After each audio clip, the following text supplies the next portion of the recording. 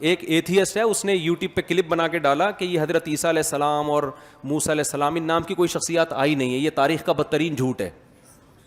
سمجھ رہے ہیں نا, کہہ رہے ہیں ایسے ہی بنایا ہوا ہے اہل کتاب عیسائیوں اور مسلمانوں نے نا اپنا منجن بیچنے کے لیے. منجن تو میں استعمال کر رہا ہوں, یہ بس انہوں نے ایسی کہانی ہے, کوئی ثبوت تھوڑی ہے ہمارے پاس عیسیٰ علیہ السلام آئے تھے کہ نہیں آئے تھے. ان کو چاہیے ثبوت سائنسدانوں سے, حالانکہ یہ سائنس کا ٹاپک ہے ہی نہیں. ٹھیک ہے نا, ہاں جو ایک سائنس ہسٹری کی بھی تو سائنس ہوتی ہے نا, وہ کسی تاریخ دان سے پوچھو گے وہ کہے گا یہ کیسے ہو سکتا ہے کہ نہیں آئے.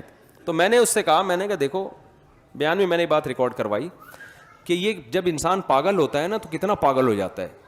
عیسیٰ علیہ الصلوۃ والسلام کے وجود کا انکار کر رہا ہے, کہہ رہی یہ فرضی شخصیات تھیں, کوئی تھے ہی نہیں. یہ کیسے ہو سکتا ہے؟ یہ جس پیغمبر کے دنیا میں جانے کے, دنیا سے جانے کے بعد سے سال شروع کیا گیا ہو, کیلنڈر چلتا آ رہا ہو, یہ کیلنڈر اس بات کی علامت ہے کہ اس پیغمبر کے وجود کا دنیا میں کوئی انکار کر نہیں سکتا. یہ جو کیلنڈر دنیا میں سب سے زیادہ چلا, عیسائی کیلنڈر چلا ہے نا. جب اسلامی حکومت تھی تو اسلامی کیلنڈر چلتا تھا, جب وہ خلافت کا خاتمہ ہوا تو پھر کس کا کیلنڈر غالب آ گیا؟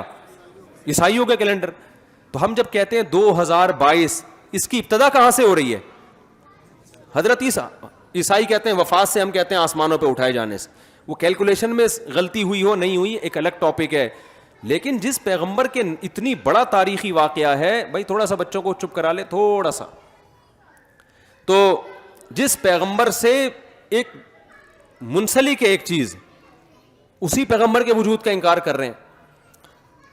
تو پیغمبر دنیا میں آئے تھے جنہوں نے موٹیویٹ کیا, اور پھر اس پیغمبر پر ایمان کیسے لے آئے اتنے سارے لوگ, ان کے لیے گردنیں کٹانے کے لیے تیار کیسے ہو گئے.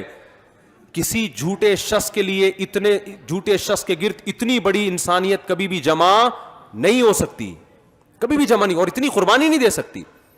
اس سے صاف پتہ چلتا ہے اللہ نے عیسیٰ ابن مریم کے بارے میں قرآن میں جو دعوے کیے ہیں کہ ہم نے ان کو جو معجزے دیے تھے, مردوں کو زندہ کر دینا اور کوڑ کے مریضوں کو ہاتھ لگا کے شفا مل جانا, یہ سارے معجزے لوگوں نے دیکھے تھے جس کی وجہ سے لوگ ان پر ایمان لے کر آئے. تو یہ برحق ہونے کی علامت ہے. میں جلدی سے بات کو ٹاپک کی طرف لے کر آتا ہوں, تمہید میری اکثر بیانات میں لمبی ہو جاتی ہے.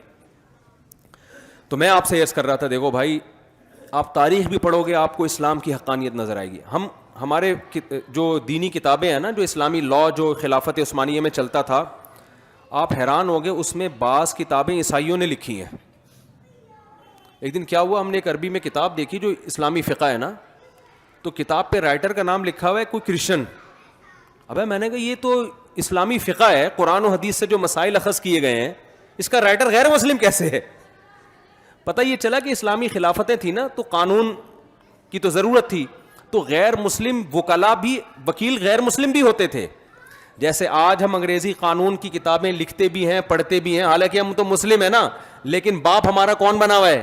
گورا باپ بنا ہوا ہے, تو اس قانون کو پڑھا بھی جا رہا ہے, لکھا بھی جا رہا ہے. تو اس سے پتہ چلتا ہے جب خلافت عثمانیہ تھی تو غیر مسلم یہ کام کر رہے تھے جو ہم کر رہے ہیں آج. یعنی اس عیسائی نے لکھا ہے یہ ابو حنیفہ کا قول ہے اور فتویٰ ابو یوسف کے قول پر ہے. ہمیں حیرانگی ہو رہی ہے یار, یہ غیر مسلم لکھ رہا ہے کہ قول ابو حنیفہ کا ہے, لیکن فتویٰ کس پر ہے؟ امام ابو یوسف کے قول پر ہے. تو کیسا شاندار ماضی تھا, آج دیکھ کے ایسا لگتا ہے ہم کبھی دنیا میں تھے ہی نہیں.